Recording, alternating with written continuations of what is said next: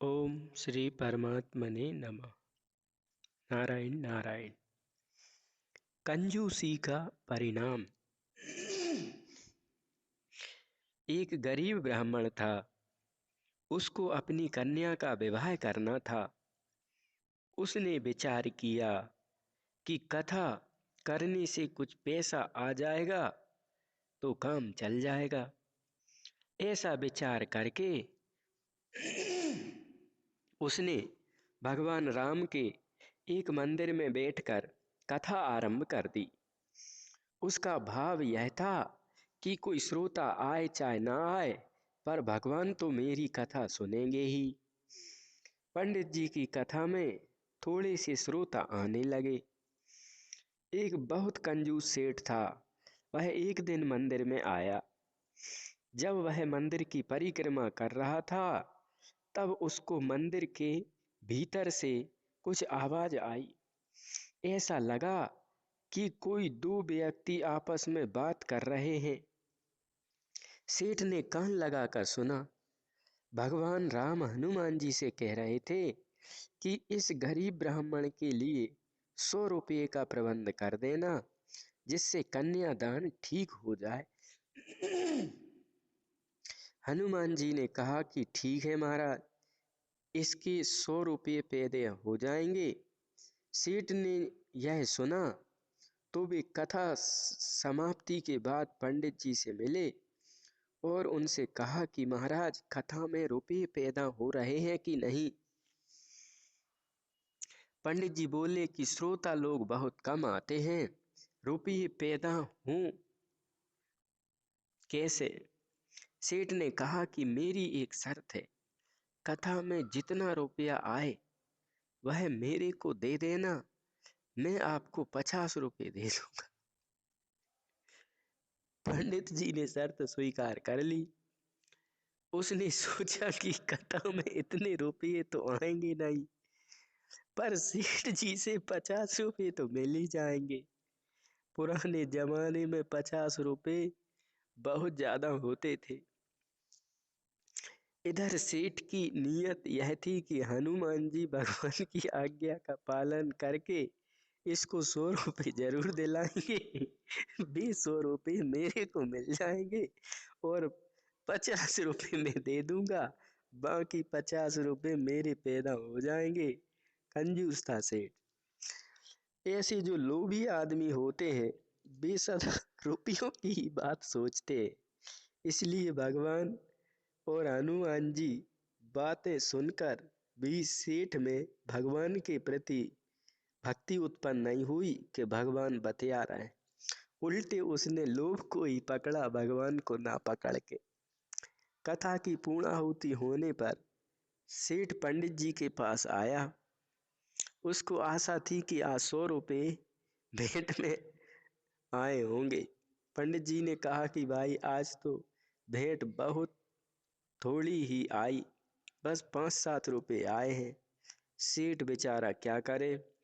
उसने अपने वायदे के अनुसार पंडित जी को 50 रुपये दे दिए। लेने के बदले देने पड़ गए। सेठ जी को हनुमान जी पर गुस्सा आया कि उन्होंने पंडित जी को 100 रुपये नहीं दिए और भगवान के सामने झूठ बोला। वह मंदिर में गया और हनुमान जी की मूर्ति पर घूंसे मारे।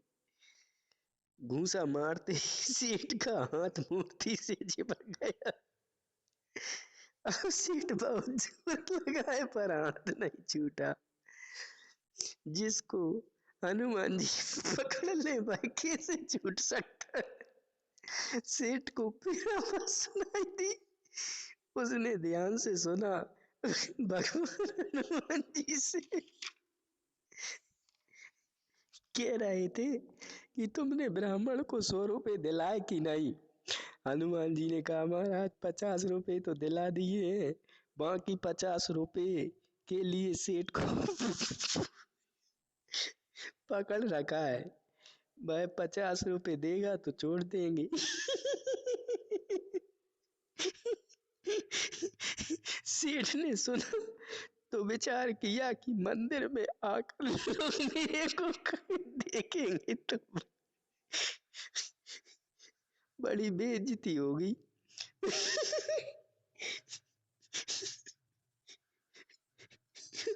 वह चिल्ला के बोला कि हनुमान जी महाराज मेरे को छोड़ दो।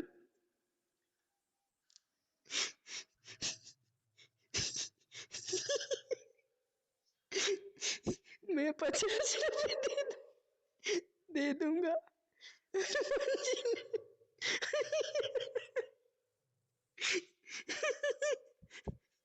हनुमान जी ने सेठ का हाथ छोड़ दिया। सेठ ने जाकर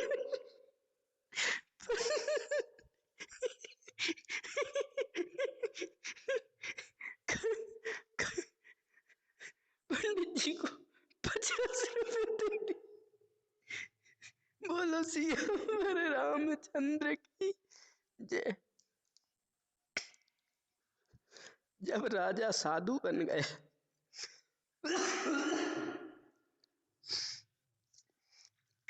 एक साधु था। चलते चलते वह एक शहर के पास पहुंचा तो राजा का दरवाजा बंद हो गया। रात हो गई थी।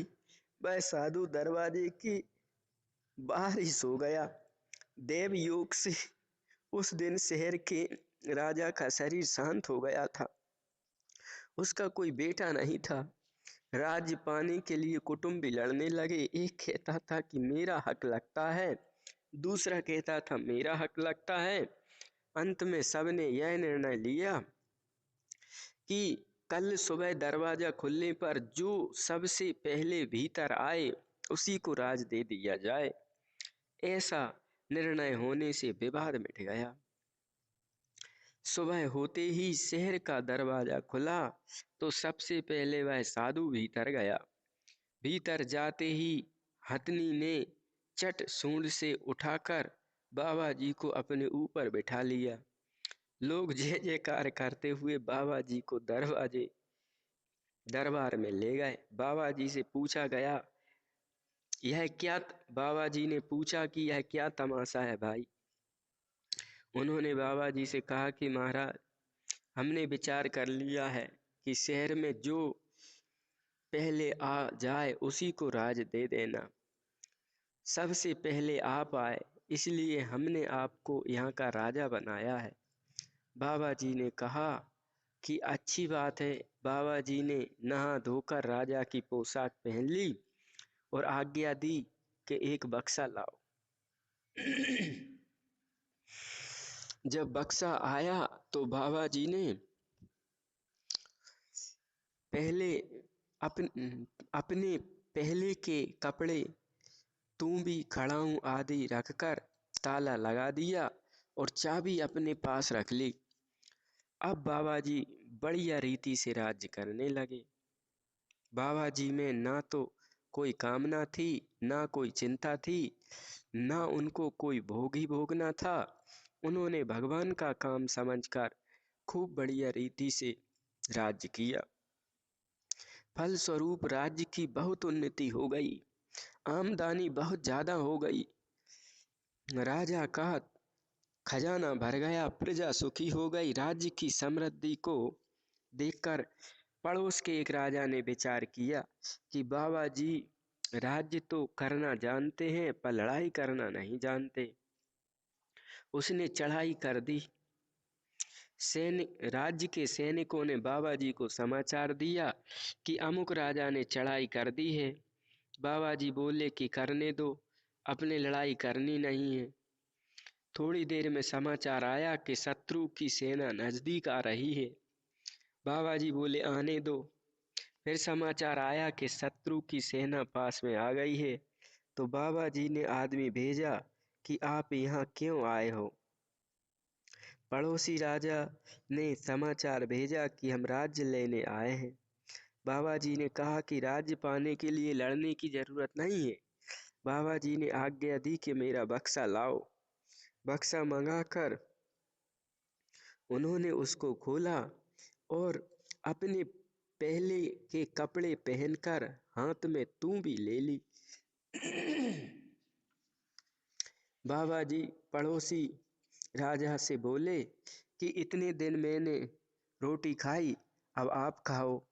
मैं तो इसलिए बैठा था कि राज्य संभालने वाला कोई नहीं था। अब आप आ गए तो इसको संभालो, व्यर्थ में लड़ाई करके मनुष्यों को क्यों मारना। इस कहानी का तात्पर्य यह नहीं कि शत्रु की सेना आए तो उसको राज्य दे दो, प्रत्युत तात्पर्य यह है कि बाबा जी की तरह जो काम सामने आ जाए उसको भगवान का काम समझकर निष्काम भाव से बढ़िया रीति से कम लागत और परिणाम बढ़िया अपना कोई आग्रह न रख के अच्छे से अच्छा कार्य करके सबको सुख, सबको सुविधा, सबको लाभ, सबकी उन्नति का भाव बनाया जाए।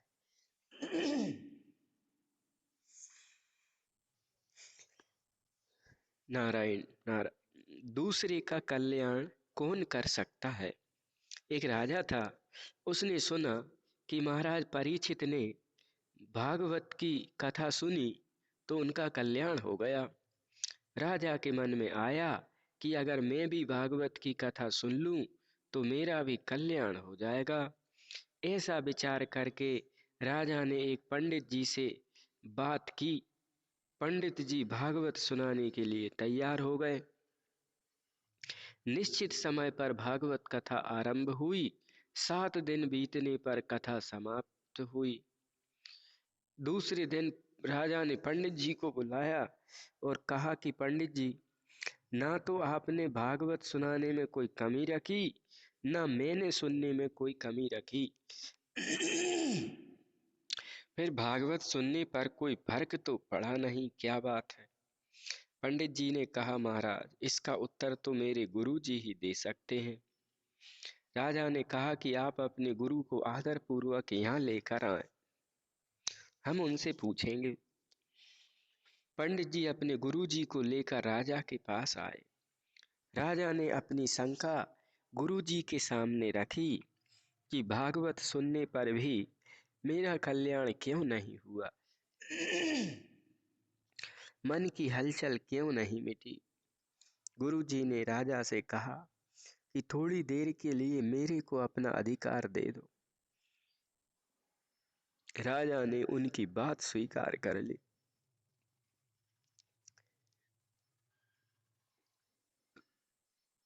गुरु जी ने आदेश दिया कि राजा और पंडित जी दोनों को बांध दो। राजपुरुषों ने दोनों को बांध दिया। अब गुरु जी ने पंडित जी से कहा कि तुम राजा को खोल दो। पंडित जी बोले, मैं कैसे खोल सकता हूँ।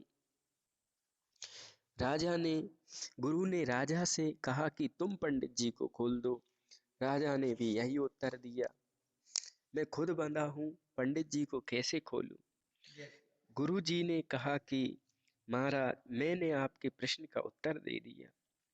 राजा ने कहा, मैं समझा नहीं। गुरु जी बोले, जैसे खुद बंधा हुआ आदमी दूसरे को नहीं खोल सकता, ऐसे ही जो खुद बंधन में पड़ा है वह दूसरों को कैसे मुक्त कर सकता है, दूसरे का कल्याण कैसे कर सकता है। जो खुद लोभी, लालची, मोह, दंड फंद, लोभ, लालच, छल कपट में बीता है वह कैसे कल्याण हो कर पाएगा। जो अपने घर गृहस्थी, परिवार, समाज में रहकर सुख, शांति, आनंद नहीं बढ़ा सकता, प्रेम सम्मान नहीं बांट सकता, वह स्वर्ग में जाकर क्या रहने योग्य हो पाएगा। जो यहाँ रहना नहीं सीखा वह स्वर्ग में रह लेगा। अतः अनुभवी पुरुष से संगत से जो लाभ होता है, सत्संग से, भजन से, परोपकार से, नेकी से, भलाई से, प्रेम से जो सुधार होता है, उसके जैसा दुनिया में कोई रास्ता नहीं, वैसा लाभ दूसरे से होता नहीं। इसलिए अनुभवी पुरुषों की वाणी, जिनने आचरण में धर्म उतारा, उनके अनुसार अपना जीवन बनाना, उनकी संगत करना, यही जीवन में कल्याण का रास्ता बनाता है। नारायण। 99 का नंबर। एक सेठ की हवेली थी। बगल में एक गरीब का छोटा सा घर था। दोनों घरों की स्त्रियां जब आपस में मिलती थीं, तब एक दूसरे से पूछती थी कि आज तुमने क्या रसोई बनाई। सेठ की स्त्री कहती, आज पापड़ की सब्जी बनाई है अथवा दाल बनाई है। गरीब घर की स्त्री कहती कि आज हमने हलवा पूरी बनाई है अथवा खीर बनाई है। सेठ की स्त्री अपने पति से कहती कि हम लोग तो साधारण भोजन करते हैं, पर गरीब आदमी इतना माल खाते हैं, आखिर बात क्या है। सेठ ने कहा कि अभी वे 99 के चक्कर में नहीं पड़े हैं, इसलिए माल खाते हैं। जब 99 का चक्कर लग जाएगा तब ऐसा माल नहीं खाएंगे। स्त्री ने पूछा कि यह 99 का चक्कर क्या होता है। सेठ ने कहा कि मैं बताऊंगा, देखती जाओ। दूसरे दिन सेठ ने अपनी स्त्री से कहा कि तुम 99 रुपये लाओ। वह 99 रुपये लेकर आई। सेठ ने उन रुपयों को एक कपड़े की पोटली में बांध दिया और अपनी स्त्री से कहा कि रात में मौका देखकर यह पोटली उस गरीब के घर पर फेंक देना। रात होने पर स्त्री ने वैसा ही कर दिया। सुबह होने पर गरीब आदमी को आंगन में एक पोटली पड़ी हुई दिखी। उसने भीतर ले जाकर पोटली को खोला तो उसमें 99 रुपये मिले। उसने 20 रुपये 5 जगह रखे तो देखा कि 5 20 में 1 रुपया कम है। पति पत्नी दोनों विचार किया कि 2-3 दिन का खर्चा कम करके 1 रुपया बचा लें तो 5 20 100 रुपये हो जाएंगे। ऐसा विचार करके उन्होंने पैसे बचाने शुरू किए तो 2-3 दिन में 1 रुपया बचा लिया। 5 बीसी पूरी हो गई। अब उन्होंने सोचा कि हमने 2-3 दिन में 1 रुपया पैदा कर लिया, यदि पहले से इस तरह ध्यान देते तो आज तक कितने रुपये जमा हो जाते। इतने दिन व्यर्थ ही गमाए, अब आगे से ध्यान रखेंगे। कुछ दिन बीतने पर सेठ ने अपनी स्त्री से कहा कि आज तुम उस गरीब की स्त्री से पूछना कि क्या बनाया है। जब गरीब घर की स्त्री मिली तो सेठानी ने पूछ लिया कि क्या बनाया है। उसने कहा चटनी पीस ली है, उसके साथ रोटी खा लेंगे। सेठानी को 99 का चक्कर समझ में आ गया। तो कहावत है, ज्ञान बड़े गुणवान की संगति, ध्यान बड़े तपसी संग कीने, मोह बड़े परिवार की संगति, लोभ बड़े धन में चित दीने, क्रोध बड़े नर मूढ़ की संगति, काम बड़े तिये को संग कीने, बुद्धि विवेक विचार बड़े, कभी दीन सुसज्जन संगति कीजे। ज्ञान बड़े गुणवान की संगति, ध्यान बड़े तपसी संग कीने, मोह बड़े परिवार की संगति, लोभ बड़े धन में चित दीने, क्रोध बड़े नर मूढ़ की संगति, काम बड़े तिये को संग कीने, बुद्धि विवेक विचार बड़े, कभी दीन सुसज्जन संगति कीने। अतः संग का प्रभाव पड़ता है। लोभ का संग पड़ गया था।